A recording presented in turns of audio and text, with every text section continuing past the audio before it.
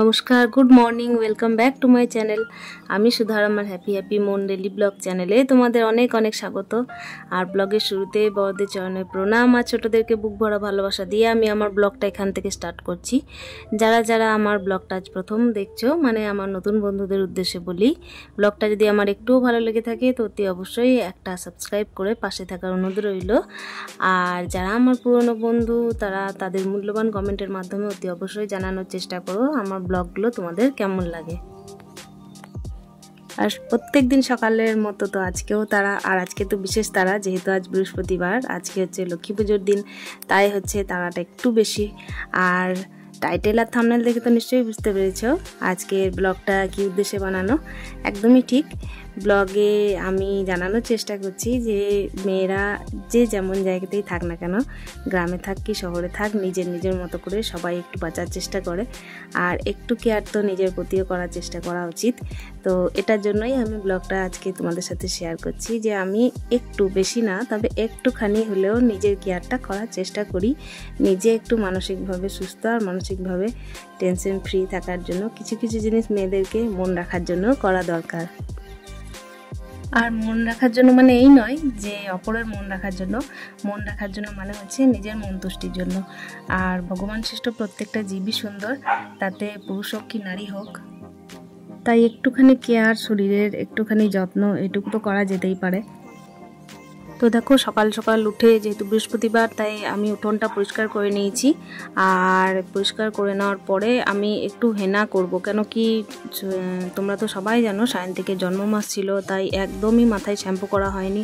আর যেহেতু 24 প্রহরে প্রচুর আবির মাথায় মধ্যে রেখে দিয়েছিলাম, আমি একটু সেকেলেও বলতে পারো, আবার একেলেও একটু মিক্স আর কি বলতে পারো, তো সেই জন্য আমি শ্যাম্পুটাও করিনি। আজ দিন 15-20 পেরিয়ে যাওয়ার পরে আমি মাথায় শ্যাম্পু করেছিলাম। আর এখানে দেখো, আমি যেরকম প্রত্যেক দিন একটা করে অ্যালোভেরার সানস্ক্রিন লাগাই, তো সেটা আমি অ্যাপ্লাই করে নিচ্ছি। তারপরে আমি পুজোর জন্য, হ্যাঁ এখানে হচ্ছে আমি এখানে একদম স্নান করেই চুড়িদার পরে নিয়েছি, এ কারণেই সায়ন্তিকের প্রত্যেক বৃহস্পতিবার কম্পিউটার ক্লাস থাকে, তাই ওকে নিয়ে যাওয়া প্লাস নিয়ে আসা, মাঝখানে বাজার ঘাট, পুজোর জিনিস সমস্তটাই কিনে তারপর আমাকে আসতে হবে, তাই আমি সকাল সকাল একদম কাজ সেরে সমস্তটা করে ফেলবো। সেই জন্যই আমি এখানে একদম চুড়িদার টুড়িদার পরে রেডি হয়ে গেছি। তারপর গোপালকে ওঠাতে হবে, সমস্ত কাজ থাকে সকালের। তাড়াহুড়ো মানে তো বাড়ি বাড়ি প্রত্যেকেই বুঝতেই পারছো, যাদের বাচ্চারা একটু পড়াশুনো করছে, মানে সবেমাত্র শুরু করেছে পড়াশুনো, আর বাড়ির গার্জেন বলতে শুধুমাত্র তার মা থাকে, তাদের তো একটু চাপ হয়েই থাকে।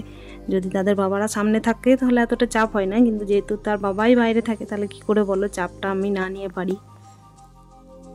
এখানে আমি মাথায় চুল টুল মুছে তারপরে চলে এসেছি, সিঁদুর টিঁদুর পরা হয়ে গেল। তারপর চুলটা আমি ভেতরে আঁচড়াই না, চুলটা আমি সবসময় চেষ্টা করি বাইরে আঁচড়ানোর, কেন কি প্রচণ্ড পরিমাণে চুল ঝরছে, যেহেতু গ্রীষ্মকাল, সেহেতু মাথার মধ্যে ঘামও হচ্ছে প্রচুর, আর চুলের মধ্যে গোড়াগুলো নরম হয়ে যাওয়ার কারণে চুলগুলো ঝরছেও প্রচুর, তাই বাইরে চুলটা আঁচড়ে আমি তারপর ভেতরে চলে এসেছি। এখানে গোপালকে আমি ঘুম থেকে ওঠানোর জন্য, আর গোপালকে ঘুম থেকে উঠিয়ে আবার একটু চিন্তা ভাবনাও থাকে যে বৃহস্পতিবার সেহেতু আমাকে এদিকে নিচেও কাজ সারতে হবে, আবার ওপরের পুজোর টুজোর ব্যবস্থাও করতে হবে, বা সায়ন্তিককেও নিয়ে যেতে হবে।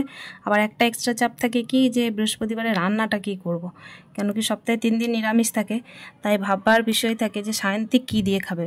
তাই ও চাইলে আমি অবশ্য দিই, কিন্তু ও খুব একটা জেদ করে না, যখন জেদ করে তখন আমি ওর জন্য ডিম টিম করে দিই, তাই ওর ইচ্ছা মতোই হয়। এখন আপাতত আমি সকাল সকাল আগে গোপালকে ঘুম থেকে উঠিয়ে নিই, তারপরে আমি বাকি কাজগুলো সেরে পুজো টুজো দিয়ে তারপরে এদিকে রান্নার কথা পরে ভাবছি। এই গরমের টাইমেও আমি যে কিভাবে এতদিন শ্যাম্পু না করেছিলাম সেটা আমিও ভেবে অবাক হচ্ছি।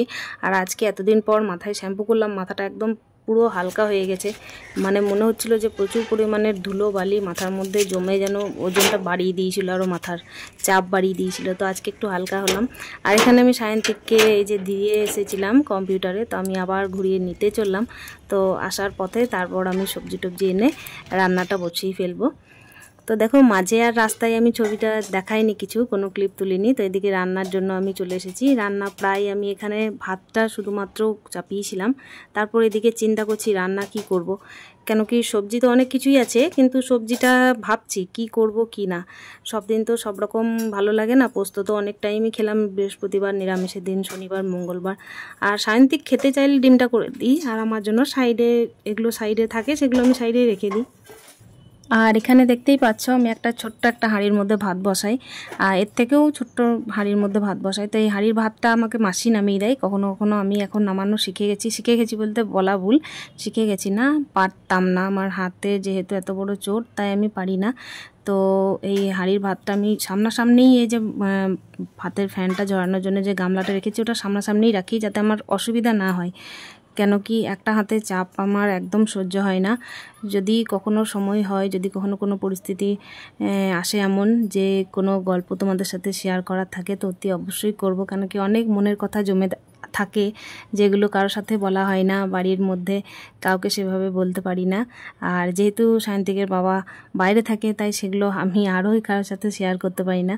তো অতি অবশ্যই যদি কখনো কোনো পরিস্থিতি আসে, তো আমি বলার চেষ্টা করব। আর এদিকে দেখো আমি নিরামিষ আলু ভাজার জন্য আলু কাটছিলাম, আর চিন্তাও করছিলাম যে রান্নাটা আজকে কী হবে। তো ভাবছি যে আজকে একটু পুঁই শাক দিয়ে কুমড়ো মিক্স করে একটা সবজি বানাবো। কেন কি পুঁই শাক আর কুমড়ো তরকারিটা আমার খুব ভালো লাগে, সঙ্গে যদি কচু থাকে তাহলে তো আরও জমে যায়। তো ওইটাই একটু বানানোর চেষ্টা করব। আর এখানে দেখো আমি নিয়ে চলে এসেছি পুঁই শাক আর কুমড়োটা। বিশেষ কিছু মশলা আমি এর মধ্যে অ্যাড করিনি, যা ছিল আপাতত সেগুলোই ফোড়নের মতো করে দিয়েই আমি চেষ্টা করেছি করার। তো আমি কমপ্লিট করে ফেলেছি। আর এই রান্নাটা আমি আজকে যেহেতু স্পেশাল কোনো ডিশ ছিল না, তাই তোমাদের সাথে শেয়ার করলাম না। টুকটাক কিছু ছিল, সয়াবিন ছিল, আর এই যে কুমড়ো পুঁই শাকের তরকারি ছিল, ডাল ছিল, একটা ভাজা ছিল, আর সাথে ছিল আচার, আর দই তো রাখাই থাকে। তো এগুলো দিয়েই দুপুরের খাবারটা খাওয়া হয়েছে। আজকে একটু ঝটপট করে রান্না বান্না, খাওয়া দাওয়া, প্লাস একটু দুপুরে রেস্ট করে ভাবছি পার্লার যাব। তো শান্তিকে এর মাঝে আমি স্নান সারিয়ে দেবো, তারপরে একটু খাওয়া দাওয়া করে রেস্ট করব। তো দুপুর টাইমে ওর দেখো এখানে খেলাধুলা করছে। তো এখানে দেখো সায়ন্তিক, সোনু আর এই যে সামনের বাড়ির দাদার ছেলেটা কি সুন্দর ছাগলছানা নিয়ে বাড়ির মধ্যে ছুটে বেড়াচ্ছে। ছাগলছানাটাকে মানে একদম যেতে দেবে না। তো ভাবছি এবার স্নান টান করিয়ে দিই, খাওয়া দাওয়া করে এবার সন্ধ্যার টাইমে তোমাদের সাথে দেখা করছি। তো দুপুরে খাওয়া দাওয়া সেরে একটু রেস্ট করে নিয়েছিলাম, আর আমি এখানে সন্ধ্যেটা দিয়ে নিচ্ছি।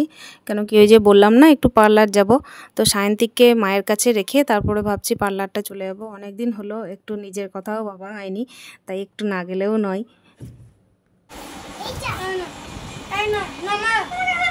তোমরা কি করছো? ক্যারাম জমিয়েছো? হ্যাঁ, ক্যারাম বল। Carrom world. না। আর সোনু তুমি যাবে না? সোনু সোনু এই দাও। কীর্তন শুনতে যাবে না? সোনু দেখি তুমি লিপস্টিক লাগিয়েছো। ও বাবা! আর আমি এখানে বাড়িতে সায়ন্তিককে রেখে অলরেডি চলে এসেছি। আর যারা যারা আমাকে চেনো তারা নিশ্চয়ই দিদিটাকে চিনে থাকবে, কেউ কেউ হয়তো চেনো, কেউ কেউ হয়তো চেনো না। তো অতি অবশ্যই যারা আমার লোকালে বাড়ি তারা এখানে আসার চেষ্টা করো। দিদি খুব ভালো, খুব ভালো ব্যবহার, তার কাজও খুব ভালো, একদমই খুব রিজনেবল প্রাইসে সমস্ত রকম কাজ করেন। তো তোমাদের নিশ্চয়ই ভালো লেগে থাকবে, তোমরা একবার হলেও দিদিকে ভিজিট করো। একটুখানি চুলের যত্ন, একটুখানি ত্বকের যত্ন তো করা যেতেই পারে, তাই না? যারা যারা একদম প্রচুর কাজের মধ্যে থাকে তাদের তো কোনো কিছুই সময় হয় না। আর যাদেরকে বাচ্চা অলরেডি মানে বাইরে ঘরের মধ্যে সমস্ত দিক সমস্ত কিছু দেখতে হয়, তাদের পক্ষে সব সময় বাইরে গিয়ে সমস্ত কিছু করা সম্ভব নয়।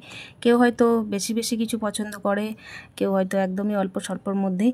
যে যাই পছন্দ করুক না কেন সেটা না বর্জন করা উচিত। যে যেমনভাবে খুশি থাকতে চায় তাকে তেমনভাবেই খুশি থাকা দরকার।